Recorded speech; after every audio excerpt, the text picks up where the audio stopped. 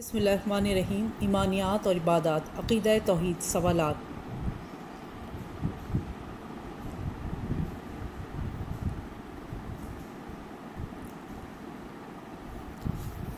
درج ذیل سوالات کے تفصیلی جواب دیں۔ سورہ اخلاص میں کس چیز کا بیان ہوا ہے؟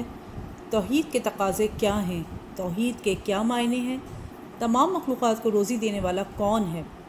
ہمیں دعا کس سے مانگنی چاہیے؟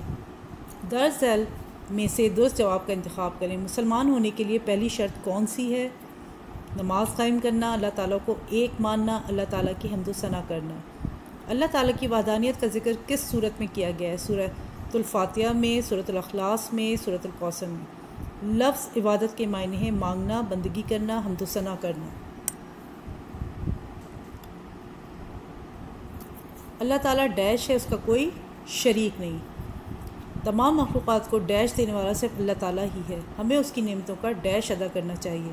کالم الف کو کالم بے کے مناسب لفظ سے ملائیں۔ توحید، اللہ تعالیٰ خالق کے معنی زندگی اور موت، عبادت، شکر ادا کرنا۔ سب سے زیادہ طاقت والا ہے، صرف اللہ تعالیٰ کے اختیار میں ہے۔ اللہ تعالیٰ کو ایک ماننا، پیدا کرنے والا، اللہ تعالیٰ کے سامنے عاجزی کرنا، اللہ تعالیٰ کی حمد و ثنا کرنا۔